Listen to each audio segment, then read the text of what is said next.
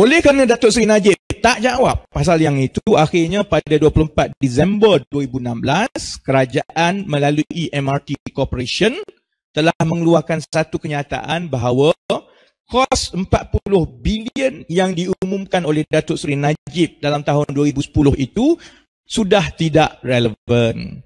Seronok-seronok dia umum, masuk belanjawan, masuk dokumen rasmi, kemudian masuk pilihan raya pakai nilai itu, kemudian dia kata, oh minta maaf lah, yang Najib umum tu sebenarnya tak relevan. Ini Perdana Menteri umum, bukan Jamal. Kalau Jamal umum tak relevan, saya faham. Ini Perdana Menteri umum 40 bilion masuk dalam belanjawan, masuk dalam Economic Transformation Program. Kamu kata tak relevan.